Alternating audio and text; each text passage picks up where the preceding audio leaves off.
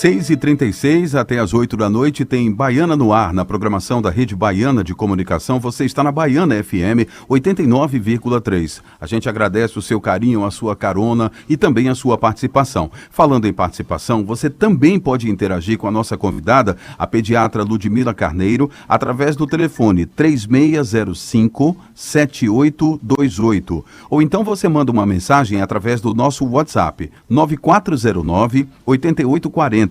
Ou deixa sua mensagem através do chat ao vivo na nossa transmissão no YouTube. A gente já vai começar o nosso bate-papo de hoje. Entrevista no Ar. A entrevistada do Baiana no Ar desta quarta-feira é a pediatra Ludmila Carneiro e nós vamos falar sobre a importância do acompanhamento pediátrico na infância. Boa noite, doutora Ludmila. Boa noite, Marcelo. Boa noite a todos. Boa noite, ouvinte. Muito obrigado pela sua disponibilidade em tirar as nossas e as dúvidas dos nossos ouvintes da Baiana FM, viu? Obrigada a vocês pelo convite. É um prazer estar aqui. Pois não. Doutora Ludmila, com que frequência se deve levar o filho ao pediatra? As consultas pediátricas, inicialmente, assim que o bebê nasce, no primeiro mês, a gente orienta que o bebê seja visto pelo menos de 2 a 3 vezes no primeiro mês de vida. A partir de aí, a gente pede que uma vez por mês a criança vá à consulta para que seja acompanhado tanto o crescimento quanto o desenvolvimento, de uma forma geral, tirado dúvidas, orientado sobre as questões vacinais e outras orientações que venham a surgir, dúvidas em relação ao comportamento e desenvolvimento no geral. A partir de 6 meses, o que preconiza a Sociedade Brasileira de Pediatria é que a criança seja vista a cada 2 meses até o primeiro ano de vida e a partir daí até os 6 anos a cada 3 meses. Lembrando que as consultas pediátricas, elas não visam apenas crescimento, e sim desenvolvimento de uma forma global. O acompanhamento do desenvolvimento pelo pediatra, ele visa estabelecer um vínculo com a família, tornando o pediatra um parceiro na condução do desenvolvimento físico, mental e emocional desse pequeno paciente. Doutora Ludmila, Fernanda Cruz falando com a senhora, é um prazer recebê-la aqui no programa Baiana no Ar, uma ótima noite. Doutora, agora eu queria que a senhora falasse um pouquinho a respeito da importância, né, das vacinas. Na primeira infância, né, que é de 0 até 6 anos, quais são as vacinas que as crianças precisam tomar nesse período, doutora? As vacinas que as crianças devem tomar, elas são muito importantes. A gente sabe que as vacinas, historicamente, nos preveniram de muitas doenças e conseguimos erradicar várias doenças que eram endêmicas no nosso país, graças à extensa vacinação. E a importância delas é muito isso, é a questão da saúde individual e da saúde coletiva. Quando eu vacino uma criança, eu estou protegendo essa criança, mas eu também estou protegendo os outros, porque eu estou bloqueando que esse vírus ou essa bactéria possa andar livremente e contaminar toda uma população. Nós temos várias vacinas, nosso cartão do SUS é um cartão completo, né?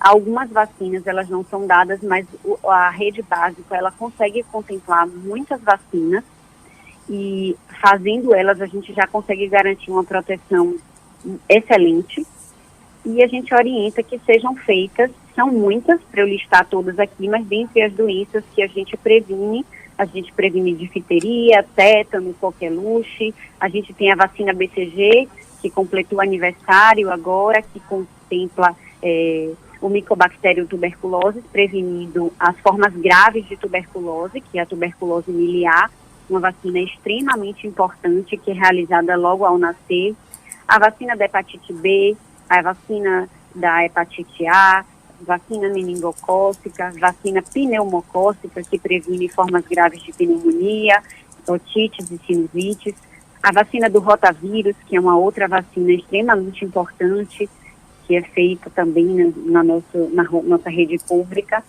e temos as vacinas da rede privada, que também podem ser feitas e levam uma proteção ainda maior para as pessoas que assim podem fazer. Doutora Ludmila Carneiro, pediatra, o nosso ouvinte pode tirar suas dúvidas através de mensagens no WhatsApp ou ligando para a gente. Quer falar com ela ao vivo? 3605-7828. Quer mandar mensagem? 9409-8840, principalmente sobre a importância do acompanhamento pediátrico. Doutora Ludmila é pediátrica e eu quero saber, se a mãe pega Covid, deve suspender ou continuar com a amamentação? Continuar com a amamentação. Diversos estudos já saíram e a orientação é que não suspenda o aleitamento materno, de forma alguma. Doutora Ludmila, eu queria voltar a falar nessas questões das vacinas, porque é algo que é muito, na verdade, eu acho que precisa ser muito debatido e, infelizmente, tem alguns pais que nos últimos tempos têm negligenciado essa questão vacinal dos filhos, né? Eu sempre falo isso aqui nos programas.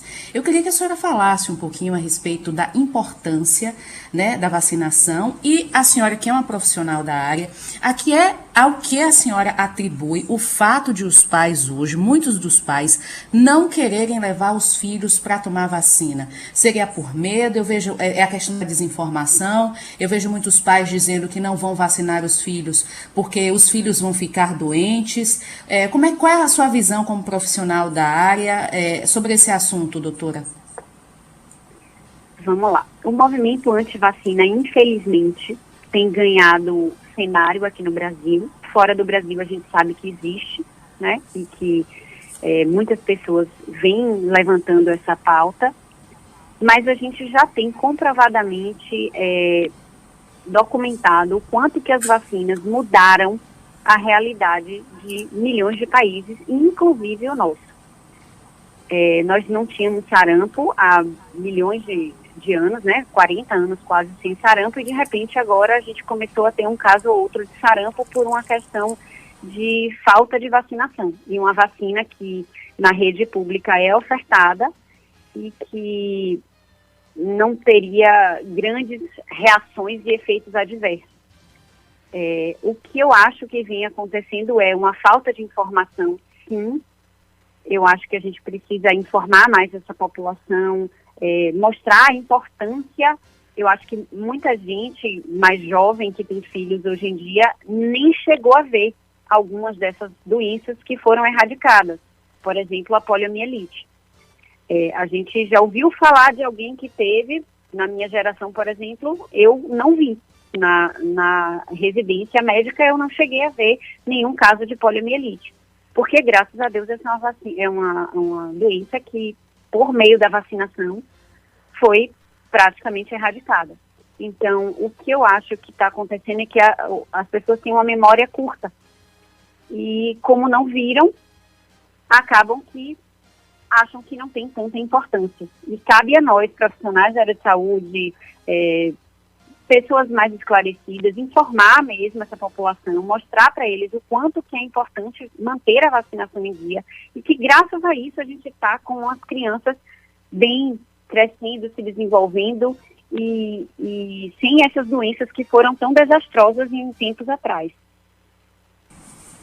Doutora, ainda falando a respeito dessa questão das vacinas, doenças como sarampo, meningite, coqueluche, como a senhora falou, né, que várias doenças foram erradicadas, eu citei essas, inclusive hoje, né, é dia de combate, mundial de combate à hepatite, né? Agora, a gente corre o risco, doutora, de essas doenças voltarem justamente por conta da ausência de vacinação. Existe o risco, uma preocupação dos especialistas da área de que essas doenças voltem, essas doenças que foram erradicadas justamente por conta da falta de vacinação ou da diminuição de imunização dessas crianças? Sim, é um risco, sim. Quando a gente diminui a cobertura vacinal, a gente cria um celeiro para que as doenças possam se propagar. Pense que se eu tenho 10 crianças em um ambiente e pelo menos 8 delas estão vacinadas, a chance de um vírus ou uma bactéria percorrer por esse campo é muito menor do que se eu tiver apenas 2 vacinadas. Então, quanto mais eu vacino, menos a chance da transmissibilidade ocorrer. então menos chance das doenças voltarem. É basicamente isso mesmo que ocorre. É o que a gente chama de vacinação de rebanho. Quanto mais eu vacino, menos a chance de eu ter alguma pessoa contaminada que possa ter casos e transmitir para outras. Ludmila Carneiro, pediatra, participando aqui da nossa programação. Vou pedir só uma pausa, uma licencinha para a senhora, para trazer a informação e girar o nosso Baiana Cop com Lucas Barbosa. É com você, Lucas. Dando 12 minutos para as 7, isso, conferindo a hora certa, não se atrase para o seu compromisso e a gente aproveita para agradecer a sua carona e convidar você também a interagir com a nossa entrevista. Fernanda Cruz, Edilton Luiz e Marcelo Carvalho conversando com a pediatra Ludmila Carneiro. Doutora Ludmila, qual é a melhor posição para o bebê dormir sem que corra riscos? Bom, a melhor posição para que o bebê durma é sempre de barriga para cima, visto que a parte de trás da cabeça do bebê, ela sempre é um pouquinho mais saliente. Isso é uma estrutura que é comum nos bebês e ele tende a lateralizar o pescoço caso ocorra alguma gorfada. E, portanto, isso evitaria o sufocamento. Não se recomenda que o bebê durma nem de bruços, nem de lado. São duas posições arriscadas que podem fazer com que o bebê sufoque. Então, sempre de barriguinha para cima. Doutora, Marcelo fez uma pergunta, né, a respeito do leite materno, se a mãe pegar Covid, se deve continuar a amamentação. A minha pergunta também vem falando a respeito da amamentação, mas num sentido diferente. Os bebês que rejeitam o leite materno, e muitas vezes tem mães que ficam desesperadas porque a criança não quer de jeito nenhum, rejeita o peito, muitas das mães tiram com a bombinha, tentam colocar na mamadeira, mas as crianças, os bebês não aceitam. Como é que deve ser a alimentação desses bebês, doutora, sendo que o alimento mais importante, né, da vida do ser humano é o leite materno? E como é que as mães devem proceder diante de uma situação dessa? Porque muitas mães às vezes não sabem como lidar com isso. Vamos lá. Em relação ao aleitamento materno, é muito difícil haver a rejeição ao leite materno. O que acontece na maioria das vezes é a dificuldade inicial, tanto por parte do bebê quanto para a mãe, que estão ainda no processo de adaptação dessa novidade. Então, o apoio a essa mulher e o apoio a esse bebê que estão iniciando o processo do aleitamento materno é fundamental para que esse aleitamento materno de fato ocorra. Existem casos em que é necessário utilizar uma fórmula infantil, que seria um leite de vaca modificado, adaptado para a criança, mas essa forma de alimentação, ela deve ser orientada por um pediatra. E antes de mais nada, o que a gente precisa é encorajar essa mãe, apoiar essa mãe e avaliar o que está acontecendo com a amamentação. Na maioria das vezes, não é o caso do bebê rejeitar. É, às vezes, uma posição inadequada, uma pega que não está legal, essa mulher não está tendo apoio, as pessoas ao redor, às vezes, ficam, você não tem leite, está fraco, o bebê está chorando o tempo todo, deve estar com fome. Então, essa mulher ela vai acabando perdendo a confiança no ato de amamentar e acaba desmamando. Então, eu acho que o primordial é você ter um pediatra que pegue na sua mão, que esteja do seu lado, que te apoie e que vá junto com você. Porque é isso que a pediatria prega, que a gente acompanhe o todo e que a gente possa estar como parceiro dessa família, buscando o melhor para este bebê. Doutora Ludmila, vamos dando sequência a esse raciocínio, eu gostaria de saber se além do leite, é também recomendável dar água ao bebê e chá, por exemplo? Não se recomenda o uso de chás para bebês, principalmente por uma imaturidade do fígado. E os chás, em sua maioria, eles sofrem um processo de metabolização no fígado. Então, esse fígado que ainda é imaturo não tem capacidade de metabolizar esse tipo de alimento. Além disso, os chás e a água para os bebês em aleitamento materno exclusivo podem acelerar o processo de desmame. Então, não se recomenda nem água, nem chá. Agora, doutora, durante o período de amamentação, quais são os alimentos que as mulheres, né, as mães, devem evitar consumir e aqueles que elas devem consumir até para melhorar a quantidade de leite produzido, doutora? Bom, não se recomenda o uso de bebida alcoólica de forma alguma e em nenhuma quantidade durante o processo de aleitamento materno. O que nós recomendamos é que essa mulher tenha uma dieta balanceada, rica em muitas fibras, vitaminas como frutas, verduras, arroz, feijão, tudo isso é permitido. Muita gente pergunta, mas eu posso comer feijão? Pode sim comer feijão, tá? Desde que seu bebê esteja bem e que não tenha tido nenhum problema com essa ingesta. Eu sempre brinco dizendo para as mamães que eu acompanho que, assim, a gente não tem como tirar todos os alimentos da mulher que, porventura, possam vir a causar gases, porque isso é uma coisa muito individual. Então, a gente faz toda a orientação pautada numa dieta rica e balanceada, com todos os grãos, todos os nutrientes, arroz, feijão, carne, legumes, muito líquido. A gente recomenda que essa lactante, ela beba em torno de 3 a 5 litros de água por dia, para que aumente a produção de leite. E, de fato, o que a gente pede para evitar é a bebida alcoólica e o uso de cafeína. Então, a quantidade de café que a gente recomenda é bem pouca, 1 ou 2 dedinhos, até para que o bebê não fique muito agitado. Fora isso, está liberado tudo. À medida que a gente vai acompanhando, a gente vai vendo se algum alimento está causando mais gases, mais desconforto, e daí a gente vai suspendendo. Mas não se recomenda suspender de imediato sem o acompanhamento. Doutora Ludmila, a senhora falou das bebidas, eu perguntei sobre a água, o chá, mas aí eu tenho uma pergunta que é muito séria, porque eu já vi isso acontecer e gostaria que a senhora deixasse claro quais são as consequências dessa atitude. E pode ter certeza que eu já vi gente dando cerveja para um recém-nascido, na chuca. O que isso pode acontecer? O que isso pode causar? O desenvolvimento da criança e a maturação do sistema nervoso central, do cérebro da criança, ele passa por várias etapas. E durante esse período, a gente sabe o quanto que o álcool ele é tóxico para esta célula do cérebro, chamado neurônio.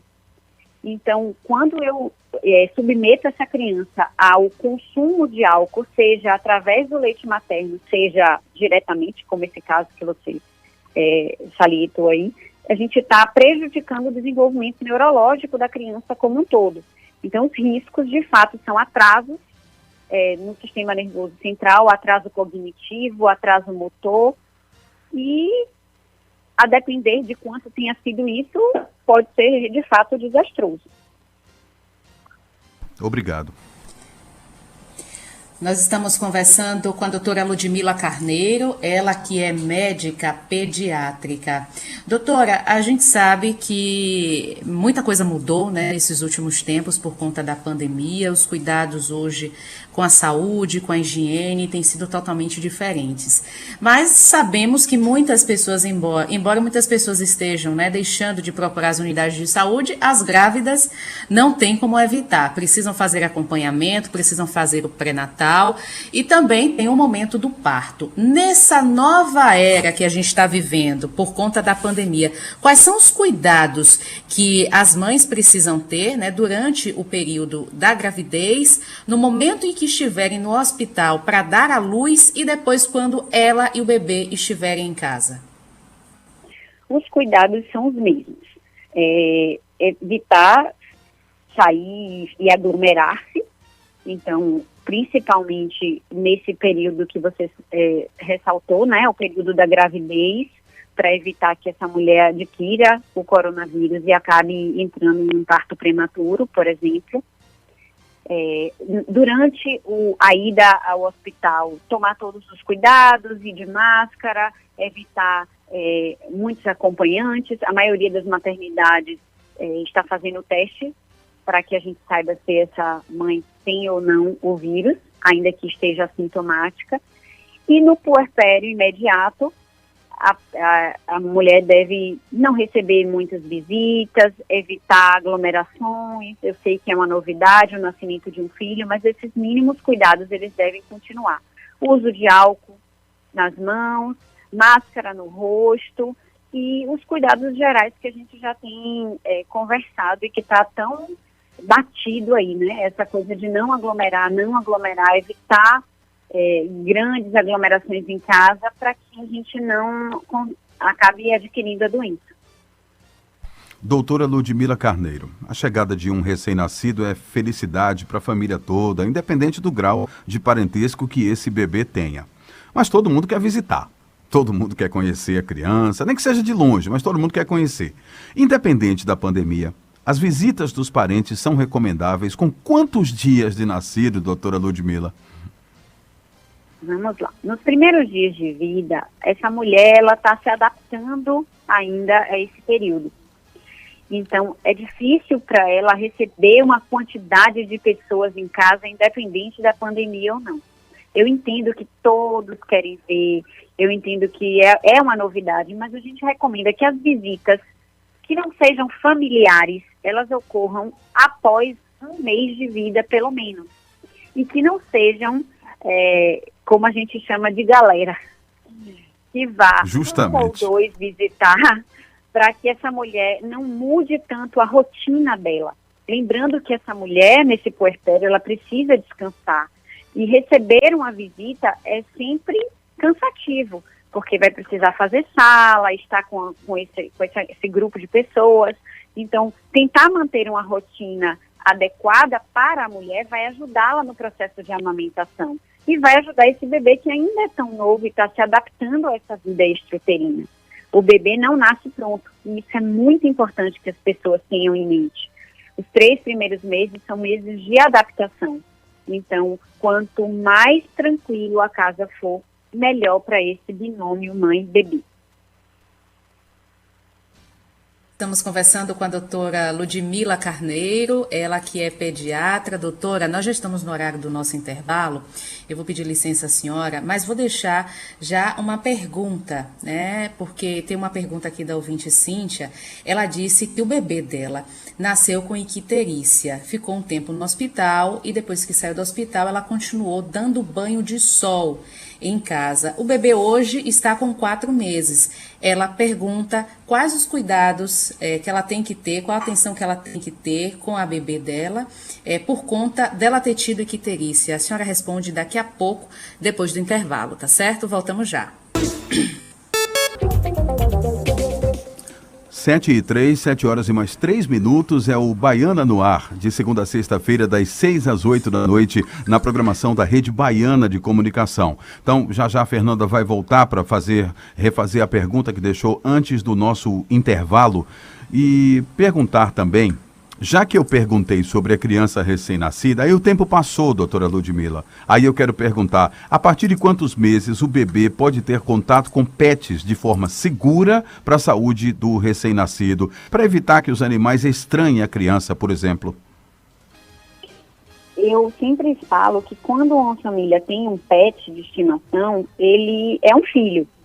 Então a gente não dá um filho quando o outro nasceu. A gente precisa ter só cuidados para que esse bebê, ele já tenha um pouco mais de imunidade quando ele começar a se relacionar com esse animal de estimação.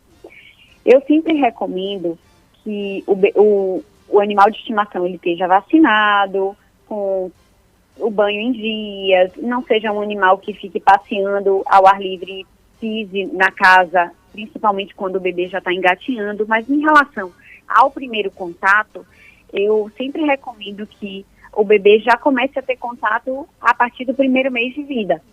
Mas esse contato é um contato breve, é um contato em que ele vai cheirar o pezinho, mas no caso de um cachorro, é um contato leve, breve e que não seja dentro do quarto da criança. Então a gente precisa ter limites, que eu sei que muitas famílias acabam colocando os animais de estimação em cima da cama e etc. E a gente recomenda que isso não seja feito, porque um bebê, ainda é um ser com imunidade em formação. Então, esse contato exacerbado, muitas vezes até inadequado, pode trazer algumas doenças para a criança.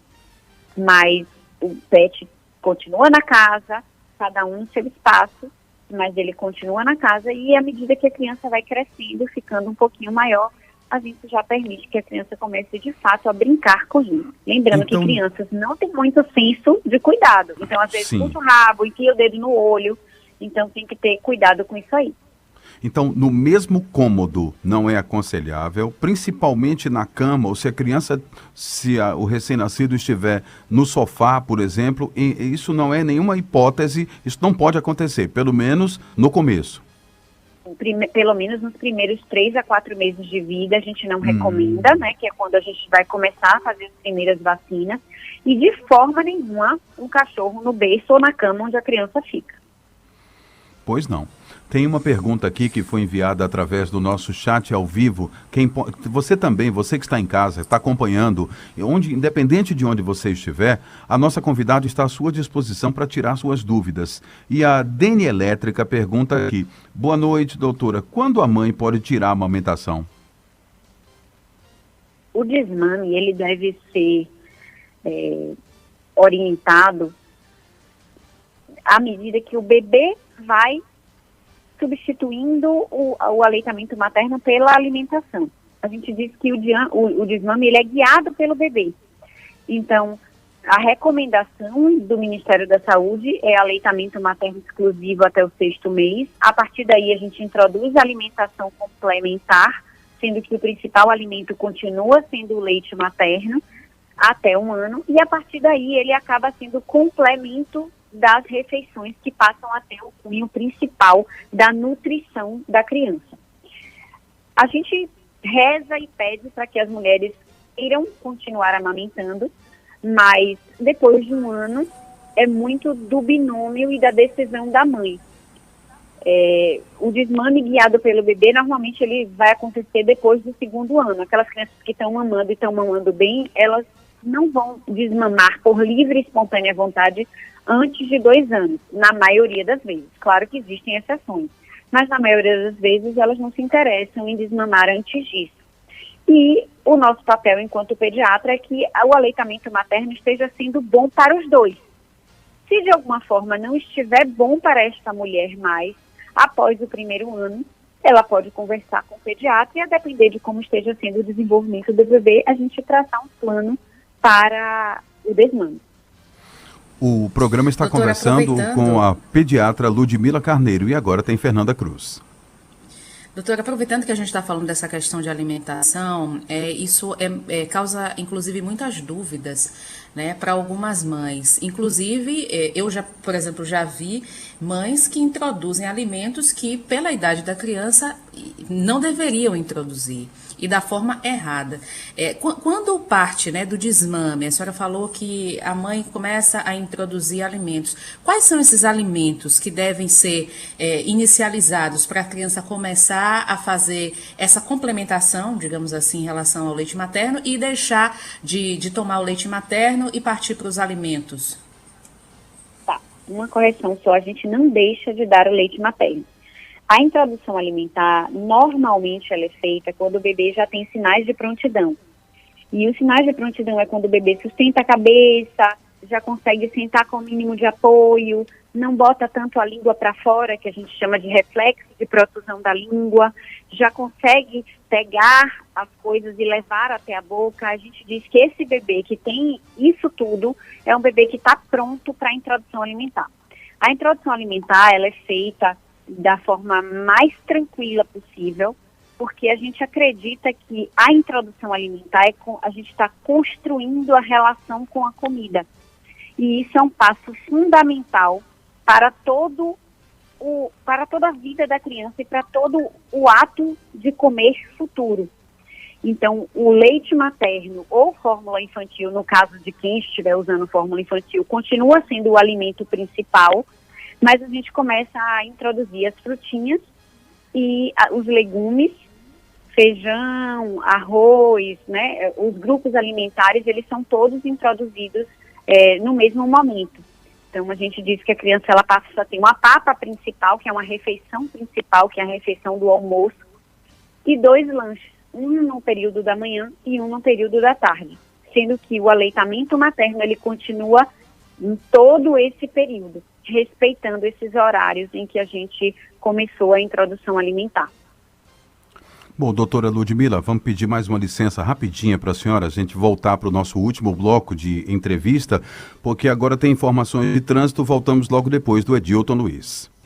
Marcelo Carvalho, Marcelo Carvalho. 7h13, até 8 da noite, você está comigo e conosco, eu, Fernanda Cruz, Edilton Luiz e Marcelo Carvalho no Baiana no Ar, aqui na programação da Baiana FM. Quer mandar sua mensagem pra gente? O WhatsApp é o 9409-8840. Fernanda. Bem, doutora Ludmila Carneiro, nossa entrevistada de hoje, ela que é médica pediátrica. Doutora, é um ouvinte que deixou a pergunta em relação à icterícia. Ela disse que a bebê dela nasceu com icterícia, ficou um tempo no hospital, depois que foi liberada, ela levou a criança para casa e dava banho de sol todos os dias, bem cedinho, e agora a bebê está com 4 meses. Ela quer saber se precisa ter algum cuidado específico por conta disso. Não precisa ter nenhum cuidado específico. Essa recomendação de banho de sol para os bebês com icterícia, ela já não é mais preconizada. O que a gente orienta hoje em dia é que o bebê não precisa mais do banho de sol, principalmente aqueles que fizeram o banho de luz no hospital, porque não tem recomendação nem melhora da icterícia através do banho de sol, dessa exposição solar, não há benefício em relação a isso. O que a gente pede é que o bebê ele consiga ter uma luminosidade para ele principalmente aprender o que é dia e o que é noite. Nos primeiros dias de vida, a gente observa que o bebê ele ainda tem essa dificuldade, até porque era sempre escuro dentro do útero. Então, o banho de sol, como a gente chama e como era orientado antigamente, já não é mais orientado. Em relação a esse bebê que teve icterícia na maternidade, que saiu de alta, se acompanhou com a pediatra e estava tudo bem e o bebê evoluiu bem, e provavelmente se ele teve alta era um bebê que não tinha icterícia, que precisava de maiores cuidados, é um bebê que tem a sua vida normal, não precisa nenhum cuidado a mais. Doutora Ludmila, para a gente finalizar nossa entrevista, eu queria fazer com a senhora um mitos ou verdade. Eu vou fazer a pergunta e a senhora responde se é mito ou é verdade, ok? Ok. Doutora, bebês sentem mais frio do que os adultos? Mito ou verdade? Verdade. O umbigo do bebê, doutora, deve ser coberto até que ele caia? Mito. Verdade que recém-nascidos não enxergam as cores? Verdade. As unhas do bebê devem ser cortadas logo após o nascimento? Verdade. O recém-nascido não deve sair de casa? Mito. O recém-nascido sente sede, mas o leite materno é suficiente para matar a sede? Verdade. Doutora, é preciso ter cuidado para não bater a moleira do recém-nascido? Verdade. É preciso dar palmadinhas nas costas do bebê para ele arrotar? Mito. Vídeos educativos deixam o bebê mais inteligente? Mito. Quando os dentes do bebê estão nascendo, ele tem febre? Mito. Bolsa de água quente melhora a cólica? Verdade. O soluço do bebê passa quando colocamos uma bolinha de lã na testa dele? Mito. Até a doutora As crianças não entendem muito bem o mundo ao seu redor? Verdade. É normal uma criança de 2 anos não falar? Mito. Doutora, muito obrigada pela participação com a gente aqui no programa Baiana no Ar. Muito boa a sua entrevista. Espero que a senhora volte mais vezes, Obrigada trazendo os assuntos vocês. relacionados Obrigada, à sua área de Fernando. pediatria. Obrigada, Marcelo. Obrigada, Edilton. Foi um prazer estar com vocês, falar um pouquinho disso que é meu dia a dia e que é minha alegria de verdade e que eu amo fazer de paixão. Então, muito obrigada por estar aqui com vocês e falar um pouquinho disso. Espero que muitas mamães tenham ouvido e as mamães que estão com medo de levar seus filhos no pediatra se encorajem para levá-los, se encorajem para levar seus filhos para fazer as vacinas, para que a gente tenha uma geração mais saudável e mais feliz. Muito obrigado, Muito doutora. obrigada, doutora. E até a próxima. São 7h18. Gostei do seu ping-pong, viu? Parece Marcelo, apresentador. Parece apresentador de resenha Diga. esportiva quando faz ping-pong com técnico de futebol ou com jogador de futebol. Né, Dilton? É porque são muitas as perguntas, né? Eu São muitas sei, as dúvidas exatamente. das nossas mães, né? E também tem muitas coisas que ficam inventando. Essa, por exemplo, que eu perguntei à doutora. Essa da bolinha de lã foi ótima. Essa o fato foi de ótima. colocar bolinha de lã na testa, né? Gente, já vi minhas tias fazerem isso com minhas primas e primos. E tem que ser a lã vermelha. Sim, exatamente. Tá bom, Fernanda. Ô, Marcelo, e quando Diga, fizeram isso, passou os óculos? Rapaz, Resta a saber gente se ficava passou, sem né? saber, porque trancava a porta do quarto para fazer silêncio, para a criança ficar tranquila, a gente não sabia se passava. Valeu, experiência é tudo, mas a doutora respondeu.